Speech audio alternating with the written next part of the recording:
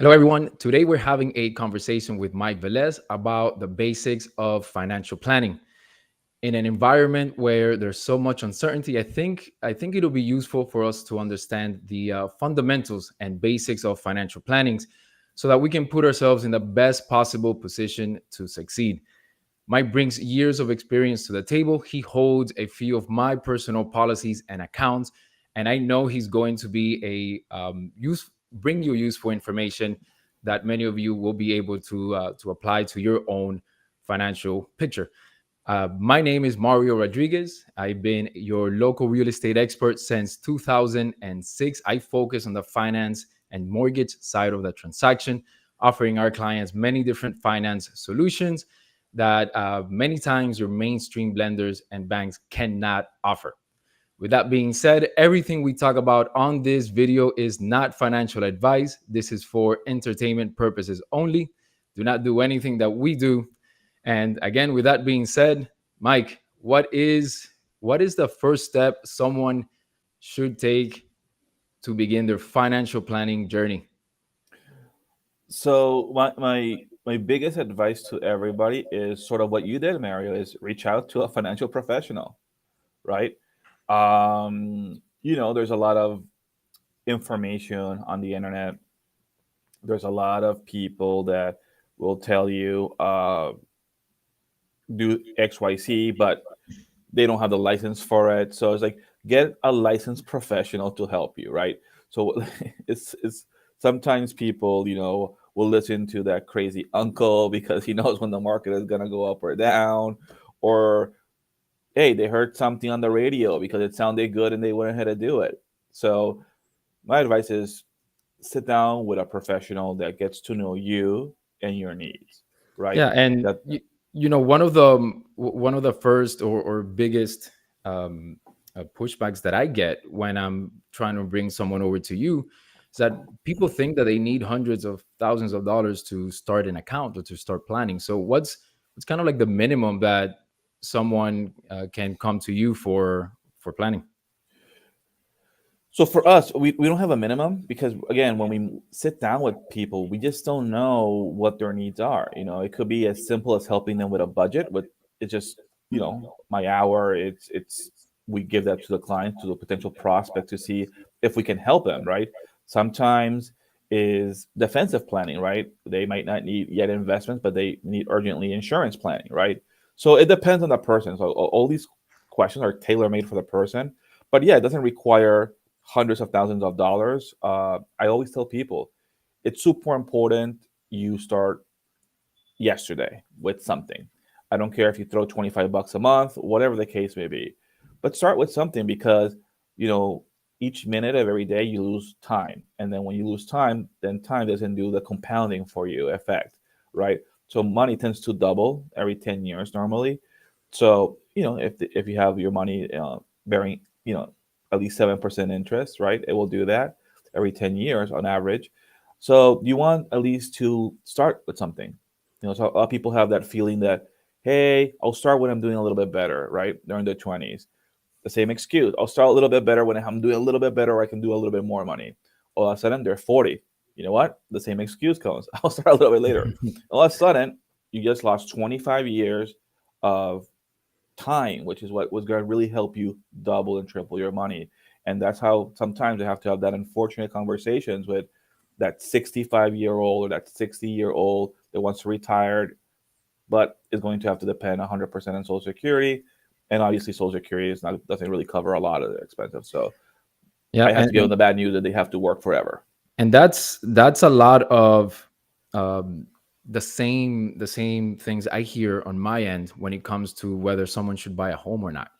And many times people are out there trying to time the market instead of, the fundamentals of investing tells us that time in the market beats timing the market every time, right? So rather than trying to time the next crash, or trying to, time the next market correction with interest rates, with market values, with stocks, mutual funds, etc., why not just start early? You're in it for the long run, right? And history shows you're just going to doing it that way, you're just going to do significantly better than if you're trying to time the market every time. What ends up happening is you sit on the sideline for so long waiting for the mortgage or the real estate market to crash and correct, and that market crash or correction may never come, and next thing you know, you've waited 10, 15 years renting, putting money into a rent that you're just never going to get back. This could have been money invested in multiple properties at that, during that time, maybe tax deductions, etc. A lot of write-offs that you can take for being a homeowner, for owning investment properties. So I couldn't agree with you more. It's not only, timing the time in the market, but just get started. I think taking that first step is crucial to everyone's financial planning. And I agree with you there, Mario. I give people two silly, like a couple silly examples that they sound like for children, but I like to use them a lot. But I agree with you 100% on the market. You can't time the market. I mean, Mario, you're a professional. I'm a professional. If we're in the business, so if we could time the market, we'd be gazillionaires right now, right? So we just do it that way. So I tell people we can't time it because if we have a crystal ball, like I said, we'll be gazillionaires. So if we that are in the business can't even time it, how about somebody that's coming from the outside? It's even worse. So what I tell people is you do an annual visit with your doctor, right, every year, right? Finances, you have to visit with your financial advisor once a year. The same concept. That hour a day or that hour a year or 2 hours a year that you spend with a financial professional every year will make a tremendous impact in retirement. And that's really what we try to educate people is, hey, at least take the faith, take the first step and meet with them, because at least these professionals will give you a roadmap to whatever your goals are, right? Now, how much we implement, well, goes on an individual basis. But again, more importantly, get started with something. Yeah, I mean, again, I couldn't agree more there. And just to kind of touch back on the rent versus buying, uh, I've known clients that have sat on the sidelines since 2008, waiting for, at first 2008 market crashed. All right, so now I'm waiting for the market to recuperate, and then it's like market has gone up too much, and then 2013 comes around, they're still waiting, renting for another market crash. 15 comes around, they're still waiting for that double dip recession that never comes. And if one of the pushbacks that I get for buying over renting is that there's a market correction coming. My answer is, so what? If you look back at 2008, the biggest market crash in history, if the people from 2008, those homeowners would have just held on to their properties, by 2015 or so, they would have had equity in those homes.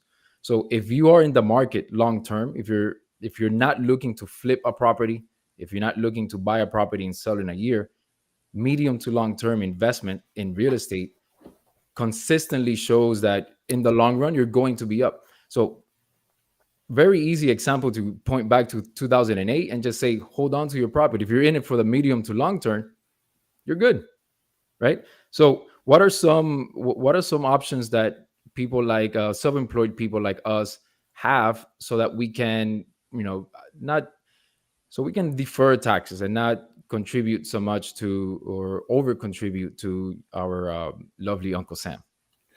So for you guys, obviously, you have the ability to be in real estate, and you guys are experts, and that obviously gives you a little bit of advantage over the general public. But what else outside of real estate that is best served for the inconsistency of your commissions, right? Because obviously we all here are 1099 employees. So IRAs are a perfect example for any realtor or mortgage professionals to start investing. Why? Is because you have flexible premiums, meaning that obviously you got a cap of $6,000, right? But if you have a bad year, you don't have to contribute, right, Mario? So, but if you had a huge commission where you want to take care of it right there and then, you can just pay it for it, right? And obviously, we can discuss if you want the tax deduction. Obviously, you do traditional IRA. If you want to pay the taxes, so you have a tax-free retirement, then we go with the Roth IRA. So it depends on the taxation there. But really, IRAs work very well for realtors because, again, you don't have to have, there's no mandatory contributions. Now, the main difference in the traditional versus the Roth you get a um, you don't get taxed on the capital gains until you retire, correct? Can you just point out some of the main differences on the traditional versus the Roth IRAs?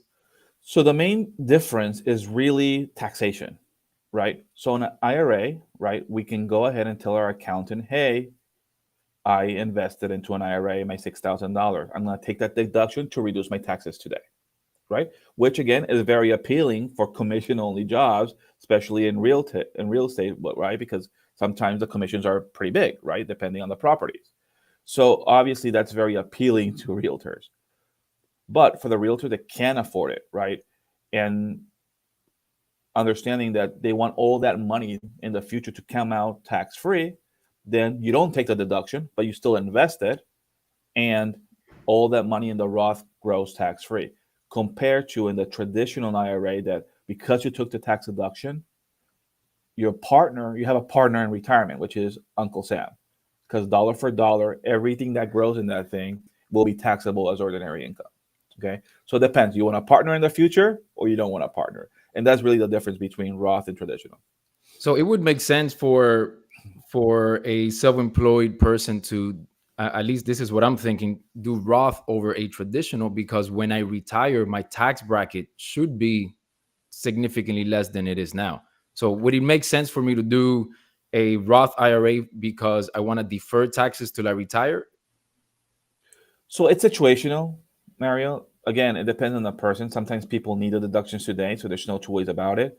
But again, like I mentioned to you earlier, if you can afford it, right, and you want to be able to technically have no partner, so no taxation, that money comes out tax free, then you go the Roth route.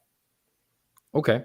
What about something like a SEP versus a Roth or a traditional IRA?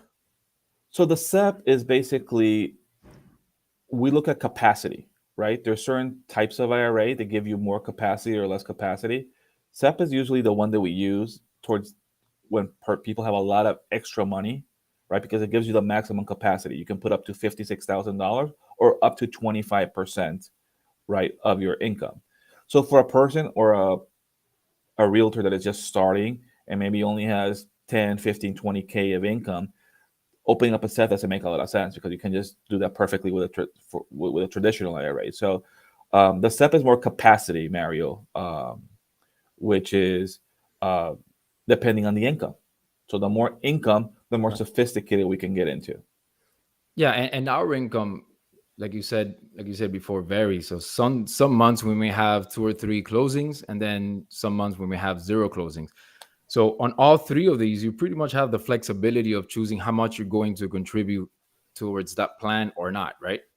Correct. So there's no keyword.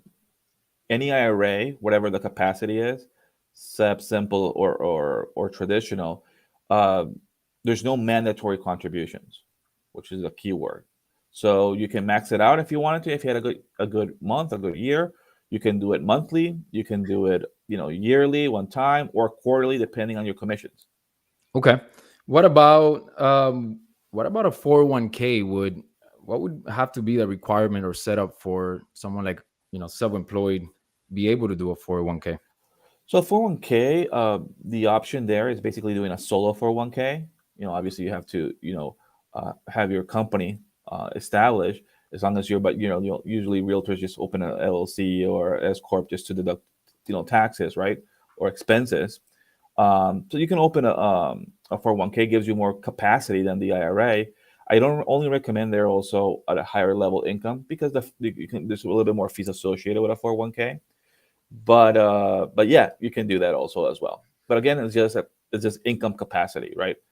I'm a firm believer as don't open something that they don't need. We just open the basic simple stuff, right? Because until they're not maxing it out, usually, and when the client is at that level, they're like, okay, I got all this money, what else, right?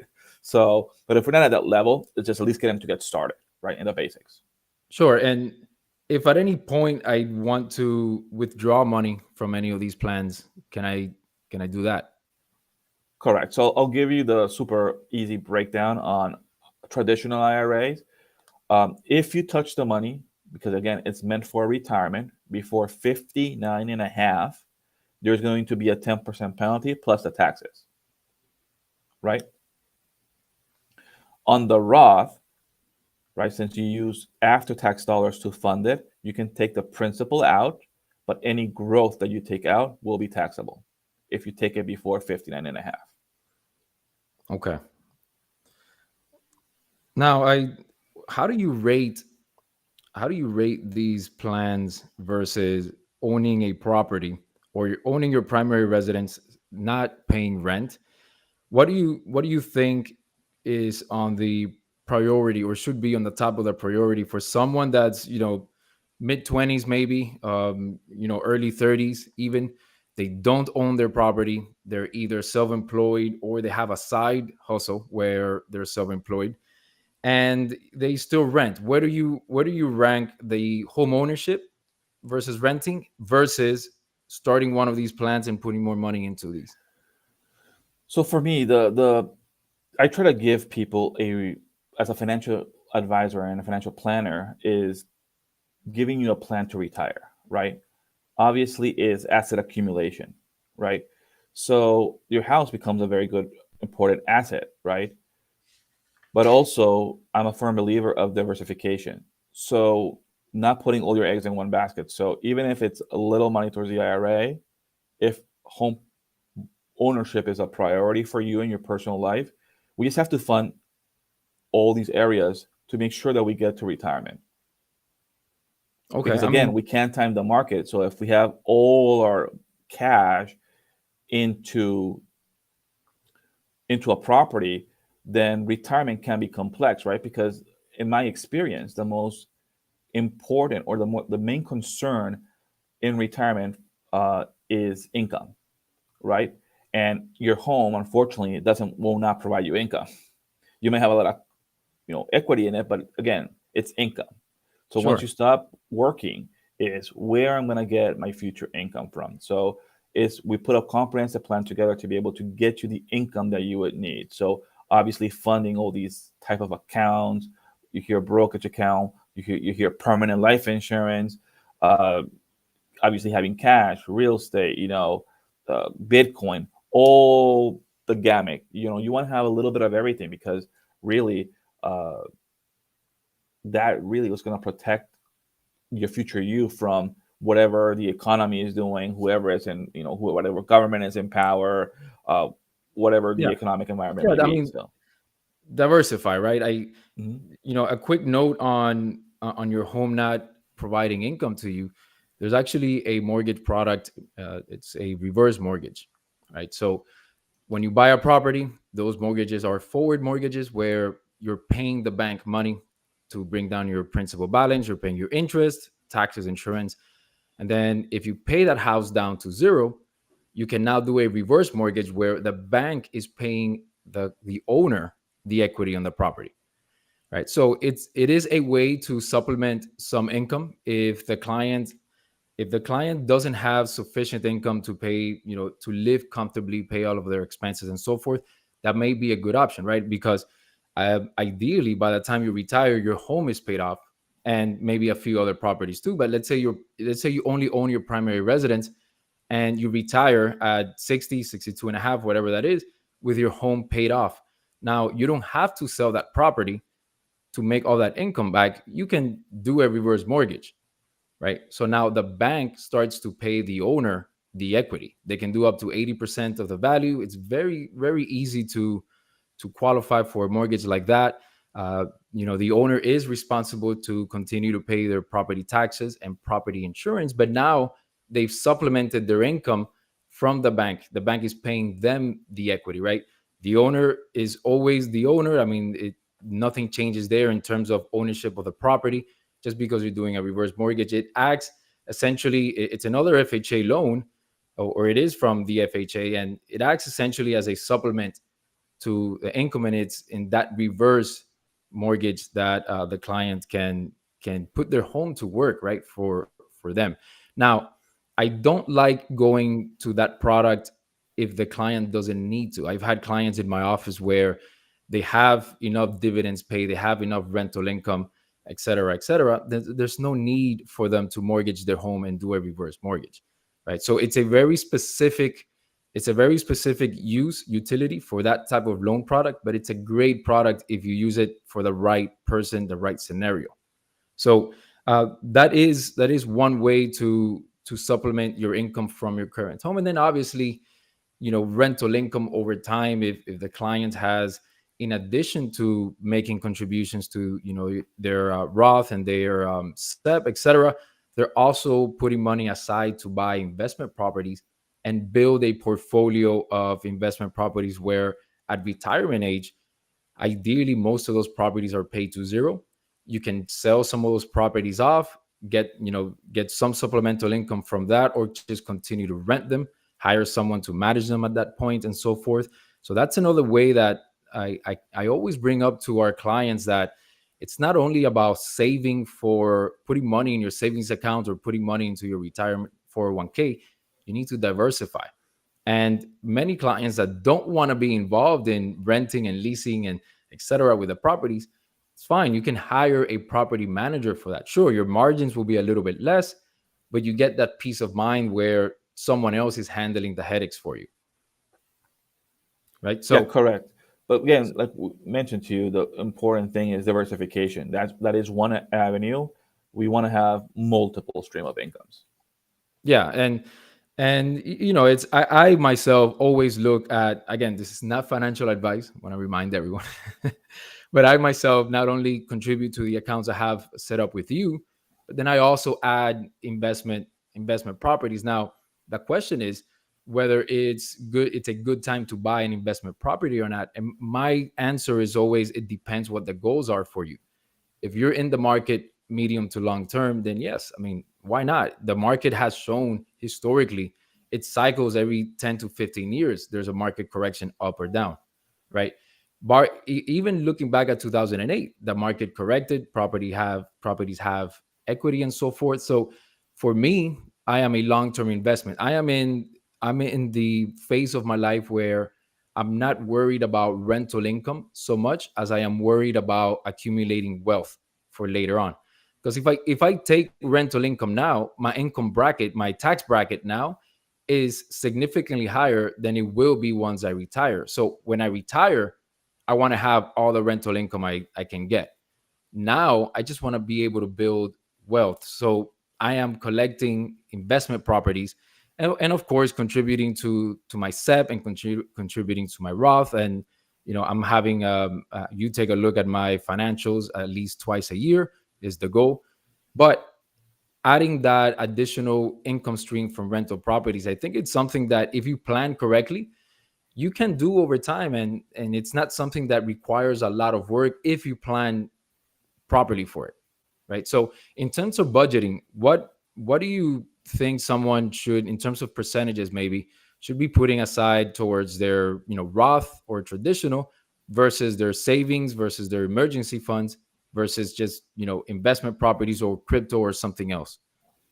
So percentage wise, before I answer that question specifically, I do have this rule that we try to educate clients with, is the 50-30-20 rule, right? So super important. 50% of all your income, the household income, should go towards basically survival, right? All the bills. 30% should be discretionary, and 20% should be for retirement. So let's start with that. So as long as somebody is saving 20% towards retirement, and again, Mary, that can go to any of those buckets that you mentioned: real estate, life insurance, annuities, investment properties, crypto market, whatever, right? However you distribute that 20%. But when the sometimes the struggles that I see with clients is that they're indisciplined to save that 20%. I will tell you something, historically speaking, is if somebody saves 20% of their income, they'll retire however the heck they want to retire, right? That is just a fact. And yes, for the younger, people that may, hearing us, it is very difficult to retire at 40. Let's start with that. So as long as you do 20%, you should be in very good shape. Okay, now where we put that, yeah, that's a discussion. You'll get a different opinion from your CPA. You'll get a different opinion from your financial advisor, from your, mortgage broker, from, depends. So my contention is you want to have a little bit of everything, because if you do that, you'll truly diversify. Yeah, and just to kind of touch on that, it's important that you do, or the person does, what's best in their to meet their goals, right? So if the goal is to retire at 40, what's the plan for that? Is it building out a portfolio of real estate properties, getting 40, 50 properties so that then you can retire by 40? Or is it just putting your life savings in GameStop and YOLO and see what happens next week? Or is it more long-term planning and investment, right? Or maybe even take some of that 30% discretionary and put it aside for things like real estate, things like crypto, and just increase that 20% of retirement funds that you're putting aside a little bit more. I think it'll get you to that retirement age quicker. Now, what I find is that um, a lot of clients will sit, a lot of people will sit on the sidelines waiting for the perfect opportunity to start a SEP, to buy a property, to do any type of investing. And like you said before, time goes by and people just continue to have that opportunity cost where they try to time the market instead of time in the market, and they end up doing nothing at the end. Yeah, Mario, I agree with you there. And unfortunately, sometimes it's a lot of misinformation, Mario. You see sometimes crazy guys going on YouTube or whatever saying, listen to this video, I'll make you a millionaire. The only reason why those guys are making a lot of money is because they're taking your money to buy their video and their advice.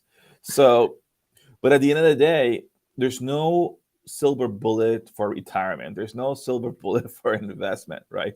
Is time and consistency.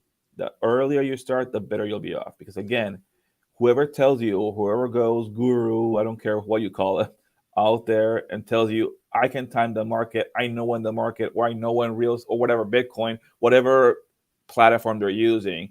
Usually you get those guys out there, they're like, I know what's happening.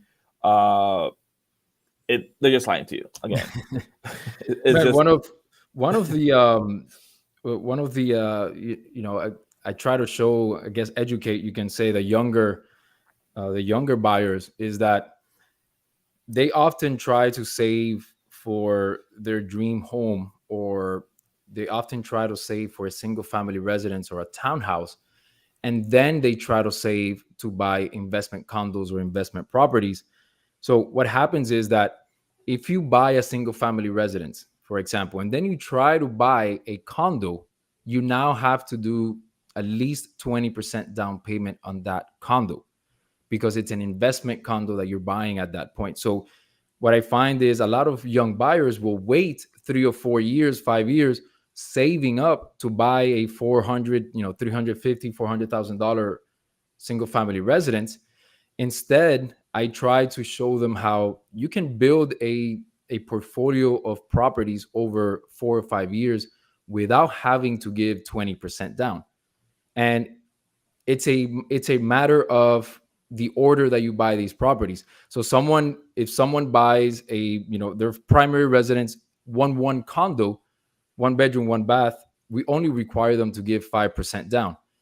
If now that person saves another 5% and they upgrade in the property and they buy a 2 bedroom, 1 bath, because it's an upgrade and their primary residence, it's another 5% down.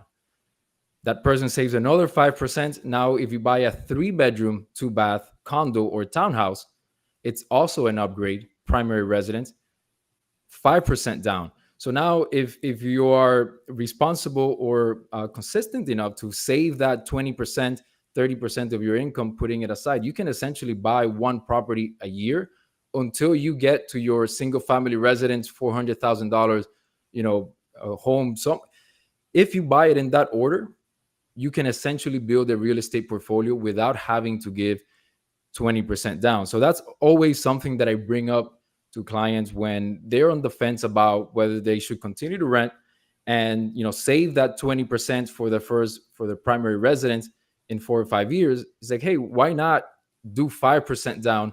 Here's a way to do it that every year all you have to do is save the 5% that you're going to give down for the next property, and in 4 or 5 years you can own 4 or 5 properties. So that's something that we talk to our clients about all the time. It's very often misrepresented, or I guess the wrong information is given if you try to Google how to make up your real estate portfolio from zero. In my opinion, Mike, that's the best way to do it for someone that's starting out, that doesn't have $100,000 to buy 4 or 5 properties. If you are a first-time home buyer, you're buying a primary residence, don't wait to buy a single family residence in 4 or 5 years.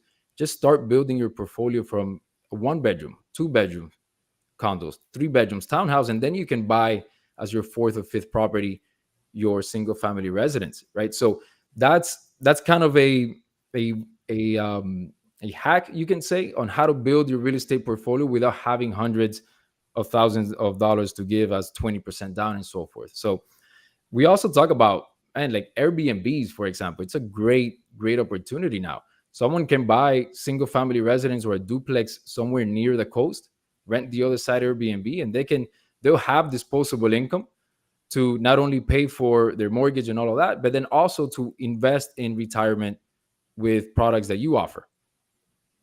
Correct. So, and I have, in terms of protecting. So let's say now somebody has built a real estate portfolio. They have the SEPs, the Roth, all of that set up. The next logical product, I would say, is life insurance, right? So I always like to have enough life insurance to cover all of my real estate portfolio plus 10% of my, or 10 times my annual income, as a kind of rule of thumb that I use, right? So what would you say for someone that's just starting out building their real estate portfolio, their retirement and so forth? Where do you rank that life insurance policy versus the other products, and how important is it to get it before you get older in age? So the area of life insurance, Mario, you always want to have life insurance as soon as you can. People say, I'm too young, I don't have anything. Get it, because you don't know. We're very fragile. Human beings are very fragile. And I see, people that, children that are uninsurable. So you always want to get your insurance as soon as possible. You want to go a cheap, inexpensive way. You just go with term insurance. Term insurance is very inexpensive. And the younger you get it, the better you'll be off. So for me, a very fast way of calculating what you need for life insurance is do 10 times your income plus all the debt that you may have. Now, if there's little ones in the picture, you want to maybe, depending on your ability to provide for them, do $50,000 to $100,000 for their college. And this really gives you an idea of the ballpark where you should be in life insurance. And then for life, we have term and whole life, right? And ultimately it depends on what the goals are for the client. But my understanding is term life gives you the most coverage, while More whole more life bang gives for your you. buck. So super inexpensive, but you can get a big portion of life insurance. Yeah, Whole life is a different type of product. Whole life is a little bit more, not going to get into really details of, because it's very more complex to explain. sure. But whole life it's a bigger commitment.